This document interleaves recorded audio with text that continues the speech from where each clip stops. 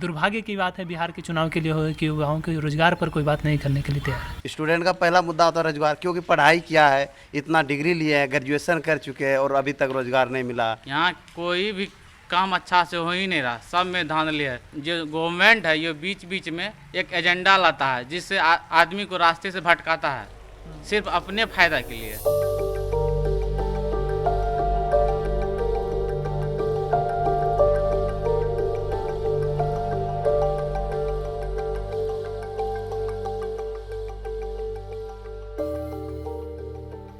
बिहार में बहार है या फिर बेरोजगार है, इस बात को समझने के लिए हम लोग इस वक्त पटना यूनिवर्सिटी में हैं, एक ऐतिहासिक पटना यूनिवर्सिटी जहां दिनकर, लालू प्रसाद यादव, नीतीश कुमार, सुशील मोदी, लिस्ट लंबी है। वहां हम हैं, उसी कॉलेज में हैं। और जब हम उस गलियारे में पहुंचे तो कई सारे जो स्टूडेंट हैं वो यहाँ पर तैयारी कर रहे थे। बिहार में आइएगा, पूछिएगा तो क्या करते हैं, तो परीक्षा की तैयारी करते हैं और कौन सी, तो जनरल कंपटीशन की तैयारी करते हैं। तो ये जो छात्र हैं यहाँ पे किसी ना किसी कंपटीशन के लिए, तैयारी के लिए बैठे हुए हैं। क्या नाम है आपका? मेरा नाम रंजन कुमार हुआ। रंजन, क्या करते हैं? पढ़ाई करते हैं। किस चीज़ की तैयारी कर रहे हैं? क्या जनरल कंपटीशन बिहार के लिए। जनरल कंपटीशन की तैयारी कर रहे हैं। कितने साल से कर रहे हैं? हम तो 2014 से ही कर रहे हैं। 2014 से ही कर रहे हैं तैयारी। हाँ हाँ। 2014 में फॉर्म आया था बिहार एसएससी का, उसका एक बार एग्ज़ाम दिए, फिर कैंसिल हो गया, फिर दोबारा एग्ज़ाम दिए, उसका भी कैंसिल हो गया। 18 में फिर तीसरे बार एग्ज़ाम लिया, उसका अभी तक एक बार रिजल्ट दिया, फिर दोबारा एग्ज़ाम डेट देता, फिर कैंसिल करता है, यानी बार बार डेट देता और बढ़ाता जाता है। यही परेशानी चल रहा है। 2014 से लेकर अब तक आप एग्ज़ाम दे रहे हैं और नहीं हो पा रहा है और हर बार कैंसिल हो जा रहा है। क्या करते हैं परिवार में? परिवार में मजदूर किसान खेती करते हैं। फिर कैसे रहते हैं यहाँ, क्या करते हैं? वहीं से किसी तरह काट गुजारा करना चल रहा है। और क्या नाम है आपका? पंकज कुमार। पंकज, आप क्या करते हैं, किस चीज़ की तैयारी कर रहे हैं? बीएसएससी और रेलवे की तैयारी करते हैं। बीएसएससी और रेलवे की कितने साल से तैयारी कर रहे हैं? 2014 से कर रहे हैं। 2014 से कर रहे हैं।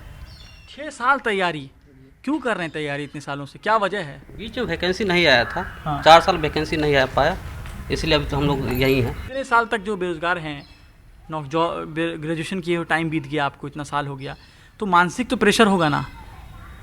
मानसिक प्रेशर है, फिर कैसे अपना भविष्य के लिए कभी होगा, इसीलिए अभी तक कर रहे हैं। क्या नाम है आपका? अजय कुमार। राजेश, ये बताइए कि कितने साल से आप तैयारी कर रहे हैं और क्या आपके साथ है रोजगार का मामला?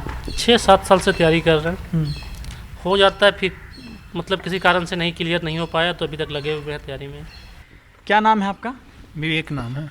विवेक, एक बात हमको बताइए कि चुनाव का समय है और सभी लोग यहाँ चुनाव में अलग अलग पार्टी अपने अपने हिसाब से काम कर रही है, वोट मांगने की कोशिश कर रही है। क्या कोई पार्टी आपको लगता है रोज़गार के मुद्दे पे बात कर रही है? क्या हो रहा है यहाँ?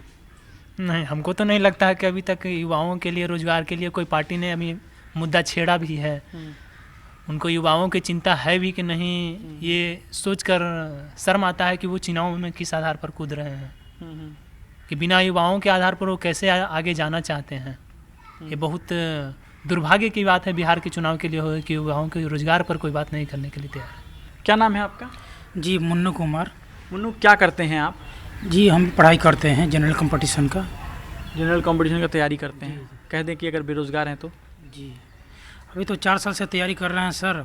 फिलहाल इससे पहले प्राइवेट जॉब करते गए, फिर छोड़ते गए, क्योंकि प्राइवेट जॉब का तो कोई था होता नहीं है। कभी भी चाहा कभी भी निकाल दिया, कोई भी क्लेम कर करके जब चाहा जब निकाल देगा।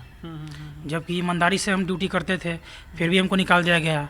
इससे पहले मैं कॉन्ट्रैक्ट बेसिस पर काम करता था नगर निगम में, वहाँ भी मैंने ईमानदारी से काम किया, लेकिन ईमानदारी का नतीजा ये हुआ कि मात्र 6 महीने में मुझे निकाल दिया गया।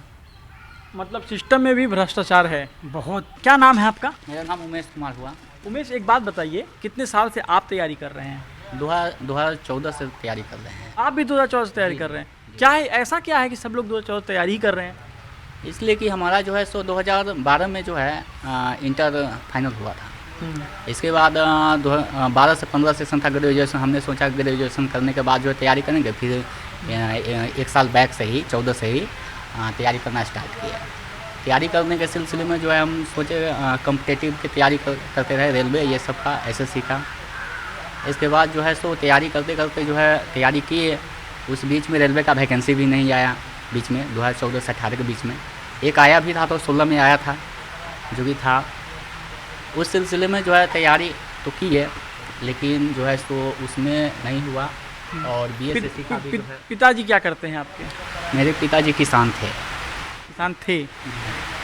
अभी फिलहाल में अभी नहीं, स्वर्ग मतलब पिताजी की डेथ हो गई है। अब कौन परिवार संभाल रहा है? परिवार हमें खुद संभालता, आप संभालते? कैसे संभालते, क्या करते? यानी जो है टीचिंग लाइन से जुड़े हुए हैं।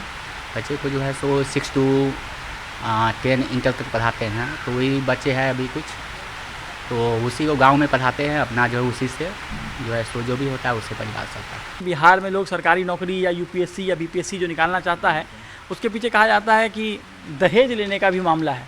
ऐसा तो नहीं चल रहा है? नहीं, ऐसा कुछ भी नहीं है। आदमी खुद से मतलब सेल्फ डिपेंड होना चाहता है, जो पहला रीज़न है। और दहेज लेना कोई आदमी का टारगेट नहीं होता। अगर दहेज लेने के कारण ही आदमी पढ़ाई करेगा तो फिर ये असंभव है। तो कोई ऐसा नहीं करना चाहता, वो खुद पे अपना मतलब सेल्फ डिपेंड होना चाहता है। क्योंकि हर अक्सर आदमी का फैमिली जो है बिहार में वो बैकग्राउंड बहुत ही कमज़ोर होता है, एक बहुत कमज़ोर इकोनॉमी का होता है। इस वजह से वो ज़्यादातर चाहते हैं कि मतलब सेल्फ डिपेंड हो, कुछ कमाए, क्योंकि हमेशा कोई गार्जियन के पैसे पे डिपेंड नहीं होना चाहता। बहुत सारे लोग धर्म को और जात को ले आते हैं। पूरा जो चुनावी माहौल होता है उसमें ये सब चल रहा होता है। देश में हर वक्त कुछ बात होती है तो चाइना ले आते हैं, पाकिस्तान ले आया जाता है। क्या लगता है आपको, धर्म जाति कितना हावी है यहाँ पर? खास करके बिहार में तो धर्म जाति बहुत ही हावी है, लेकिन हम उस धर्म को नहीं मानते हैं। ये जो गवर्नमेंट है ये बीच बीच में एक एजेंडा लाता है जिससे आदमी को रास्ते से भटकाता है, सिर्फ अपने फ़ायदा के लिए। क्या ये बात सही कह रहे हैं कि गलत कह रहे हैं? बिल्कुल सही है। हाँ, सही कह रहे हैं। कि अगर आपसे कहा जाए कि नीतीश कुमार या तेजस्वी यादव या जो भी कोई नेता यहाँ हैं, अगर उनमें इस सरकार जो अभी चल रही सरकार जो थी नीतीश और बीजेपी की सरकार, इसको अगर आपको कहें कि 10 में से कितना नंबर देंगे?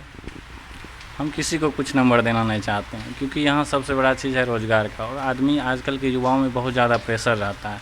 धीरे धीरे कई सरकार आया और धीरे धीरे बेरोजगारी बढ़ती ही जा रही। जहाँ तक नंबर की बात आती है तो नंबर इसमें क्या देना, इसमें जो है जिस तरह से गरीब जो है बेरोजगार, एकदम बेरोजगार बढ़ता ही जा रहा है, युवाओं का बेरोजगार हो रहा है, इसमें नंबर क्या चीज़ मिलेगा? एनडीए की जो सरकार बनी हुई है आज 15 साल से बिहार में है, यहाँ के युवाओं का जो स्थिति है आप खुद देख ही रहे हैं। ये इस विद्यालय में जितना भी काम हुआ है ना, सब 3 नंबर काम होता है, शिक्षा हो चाहे किसी भी चीज़ में हो। यहाँ कोई भी काम अच्छा से हो ही नहीं रहा, सब में धांधली है। कोई अगर आप कुछ पास करवा रहे हैं तो उसमें 30% ले लेता है। इसमें देखा जाए तो नंबर की बात तो यहाँ कुछ होता ही नहीं है, क्योंकि सारा लोग बेरोजगार पड़े हैं और देख ही रहे हैं। यहाँ जो देशभक्ति की बात और ये सब बातें होती है उसका क्या, वो सब मुद्दा क्या लगता है आपको? देखिए वो सब के प्रति तो स्टूडेंट का प्रति होता है रोजगार चाहिए, पहला मुद्दा।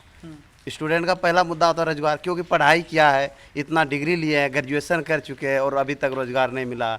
इससे होता है क्या, आप उस डिग्री किए हुए और उस डिग्री को आप बर्बाद कर रहे हैं। मतलब अब अगर ग्रेजुएशन करके किसी लेबर का काम कर रहे हैं, कितनी शर्मिंदगी की बात है। बिहार में बेरोजगार है अगर हम कह रहे हैं तो ये जो युवा हैं ये आपके सामने हैं और वो बार बार ये मांग रहे हैं कि उनको रोज़गार चाहिए, क्योंकि यहाँ पे सेशन लेट होता है, एग्जामिनेशन लेट होता है, यहाँ पे जो वैकेंसीज़ निकलती हैं जॉब की उसमें लेट होता है। तो फिलहाल बिहार के जो युवा हैं, बिहार का जो स्टूडेंट वर्ग है, क्लास है, वो बार बार रोज़गार मांग रहा है।